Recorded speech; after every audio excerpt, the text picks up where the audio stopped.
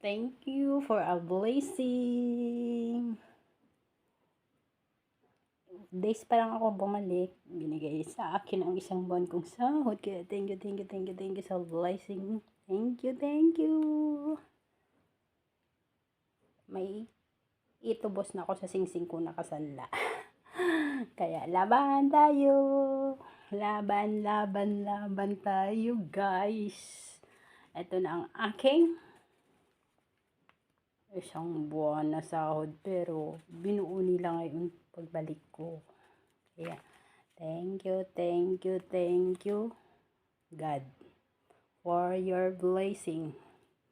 Kaya padala ko agad, makaipon na agad ako ng resebo. Kaya laban for future.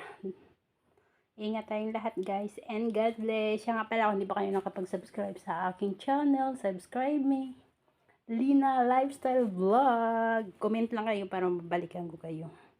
Ingat and God bless.